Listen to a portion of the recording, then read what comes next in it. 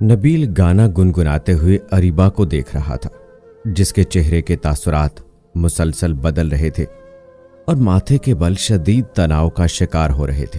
तुम्हें कितनी बार समझाया है कि तुम ऐसे ही सबके सामने ना गुनगुनाया करो, फिर भी बात समझ में नहीं आती। आ तो जाती है लेकिन रहा नहीं जाता। तुम्हें देखते हैं ये अल्फाज मुंह से फिसल जाते हैं। मैं तुम्हारी बीवी हूं या महबूबा? दोनों हो, बल्कि तुम ही तो हो मेरा सब कुछ। बातें जितनी मर्जी करवा लो। चलो अब काम में मेरा हाथ बटाओ।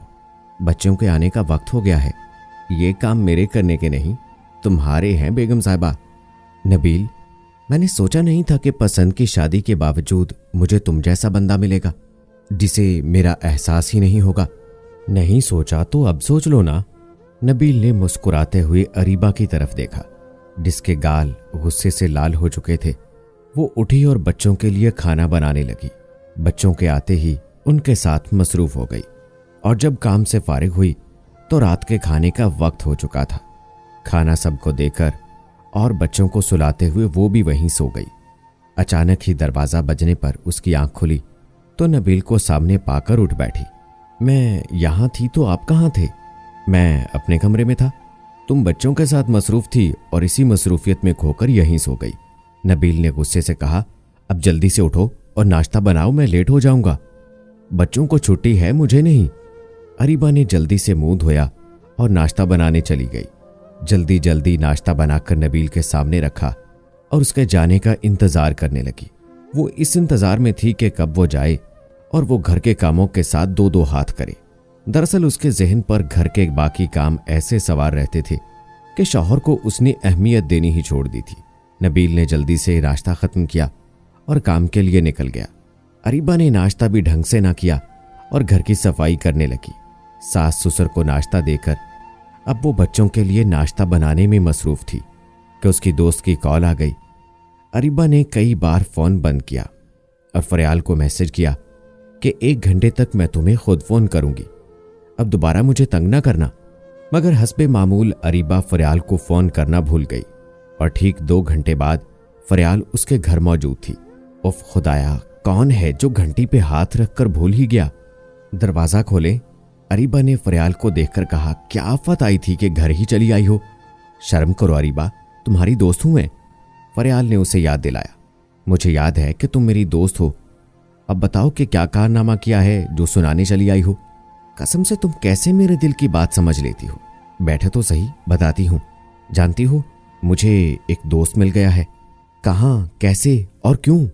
फेसबुक पर उससे दोस्ती हुई और आहिस्ता आहिस्ता बातचीत शुरू हुई और अब ये बातचीत मुलाकात का रूप धारने वाली है। मतलब इतनी जल्दी दोस्ती हुई उससे और इतनी जल्दी मुलाकात का शर्फ बख्श रही हो उसे? किस खुशी में? मुझे लगता है कि वो मुझे समझने लगा है, मेरी हर बात की तारीफ करता है। जानती हो अरीबा, तुम्हारे उस कज़न से बहुत अच्छा है जो मेरा सरताज बना दिया गया है। अरमान को तो मेरी पसंद नापसंद का इतना ख्याल भी नहीं होता जितना शहरयार को है, और मैं जब भी उससे बात करती हूँ तो मुझे वक्त का पता ही नहीं चलता। बहुत बुरी बात है फरियाल, अरमान भाई तुम्हारे शौहर हैं। ये तो गलत बात है कि तुम उनसे झूठ बोल रही हो। उनकी जिंदगी में भी और बहुत सारी लड़कियां हैं, तो क्या मैं एक दोस्त भी नहीं रख सकती? हमारे दरमियान सिर्फ बातचीत का रिश्ता है और शहरयार से बात करके मेरा दिन बहुत अच्छा गुजरता है। अरमान ने तो अब मेरी तारीफ करना भी छोड़ दी है। उनके पास तो मेरे लिए अब वक्त ही नहीं होता, बस काम ही हर वक्त उनके सर पे सवार होता है। मैं तो कहती हूँ तुम भी एक दोस्त बना लो। अरे नहीं, मैं तो ऐसे ही ठीक हूँ। तुम ये सोचो कि अगर अरमान भाई को ये सब कुछ पता चल गया तो क्या वो तुम्हें माफ कर देंगे? उन्हें कौन बताएगा? मैं तो बता नहीं सकती, और तुम तो मेरी दोस्त हो ना, इसलिए मुझे ये उम्मीद है कि तुम उनको ये बात कभी भी नहीं बताओगी। खाने के लिए कुछ है तो दो, वरना मैं चलती हूँ। फरियाल कुछ सोचते हुए बोली, अच्छा चाय ही बना दो, बैठो। अरीबा ने उसे चाय पेश की और फिक्रमंदी से बोली, प्लीज ऐसा ना करो। तुम्हें डर नहीं लगता क्या? तुम अपने शौहर के साथ खयानत कर रही हो, वो खुद ऐसे ही ठीक होगा, इसलिए तुम ज्यादा परेशान ना हो। अच्छा मैं चलती हूँ, फिर आऊंगी। फरियाल चली गई, लेकिन अरीबा को एक अजीब सी उलझन में डाल गई। 2 हफ्ते से अरीबा नबील के रवैये में एक अजीब सी तब्दीली महसूस कर रही थी। हर वक्त मोबाइल में घुसे रहना, दफ्तर जाते हुए अच्छे से तैयार होना, शाम को देर से घर आना, ये बात अरीबा के लिए नई थी। पहले तो नबील इतना तैयार नहीं होते थे। किसी लड़की का चक्कर तो नहीं? नहीं, ये मेरा वहम है, उसने खुद को तसल्ली दी। लेकिन कितने दिनों से नबील ने वो गाना भी तो नहीं सुनाया। हो ना हो दाल में कुछ काला जरूर है। वो काफी देर सोचों में गुम रही। फिर उसके जहन में न जाने क्या आया कि अरीबा ने भी मोबाइल उठाया और किसी नंबर पर मैसेज करने लगी। ये मैसेज करते हुए उसके चेहरे के तासुरात बिल्कुल अजनबी से थे, जैसे ये उसका नहीं किसी और का चेहरा हो। जवाब मौसूल होने पर वो मुस्कुराने लगी थी। आज इतने अरसे के बाद अरीबा ने अपने सरापे का जायजा लिया तो उसे काफी कमी महसूस हुई। उसने महसूस किया कि उसने तो खुद पे तवज्जो नहीं देनी छोड़ दी और इसके असरात नजर आ रहे हैं। उसने जल्दी जल्दी काम खत्म किया और पार्लर चली गई। बालों को एक नई लुक दी, फेशियल करवाकर वापस आई। पार्लर से वापस आने के बाद वो कई बार आईने में अपना चेहरा देख चुकी थी। कैसे मैंने खुद को भुला दिया, इतने अरसे से अपने ऊपर तवज्जो न दे सकी। अब वो खुद को मलामत कर रही थी। अब अरीबा और नबील मोबाइल में हर वक्त मसरूफ नजर आते, एक दूसरे से बात करने का मौका भी कम मिलता। अलबत्ता अरीबा ने अपने काम की रफ्तार को बढ़ा लिया था। सुबह वक्त से पहले उठ जाती, वक्त पर तमाम काम खत्म कर लेती और फिर चहलकदमी के लिए आधे घंटे के लिए बाहर जाना शुरू कर दिया। उससे अरीबा की सेहत पर भी अच्छा असर पड़ा था। वो पहले से ज्यादा तरोताजा दिखने लगी थी, लेकिन नबील अब उस पर कोई तवज्जो नहीं दे रहा था। दरअसल अरीबा ने भी एक दोस्त बनाकर उससे बातचीत शुरू कर दी थी और कई बार उस शख्स से पूछ चुकी थी कि आपको अपनी बीवी बिल्कुल पसंद नहीं? पसंद है, मेरी पसंद की शादी हुई है, लेकिन आजकल वो मुझसे सीधे मुंह बात ही नहीं करती। आप जैसी हो जाए तो क्या ही बात है। अरीबा ने सिर्फ अपने हाथों और अपनी आंखों की तस्वीरें उसे भेजी थी। वो उसकी आंखों पे ही फिदा हो चुका था और अब बार बार अरीबा से मिलने का तकाजा कर रहा था। अरीबा ने उससे मिलने का प्रोग्राम बना लिया, लेकिन मसला घर से निकलने का था। वो ऐसे वक्त में उसे मिलना चाहती थी जब नबील घर पर ना हो।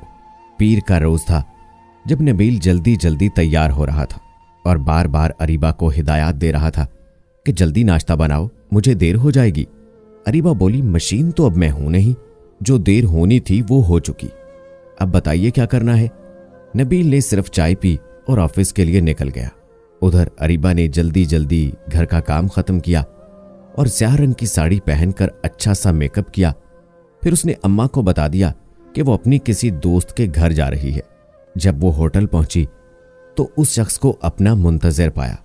उसका मुंह दूसरी तरफ था।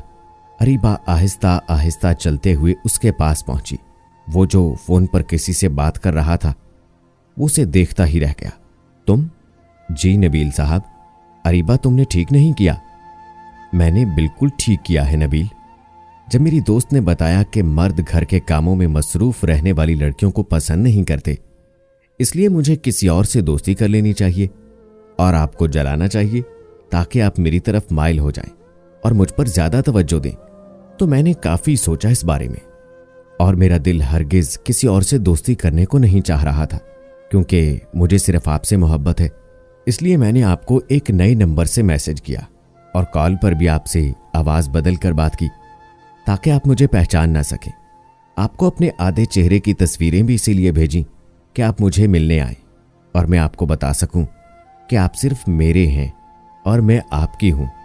और आप जो मुझसे बात नहीं करना चाह रहे थे, मेरे इस रूप से मुतासिर होकर आपने फोन पर हर वो मुझसे बात की जो मैं सुनना चाहती थी।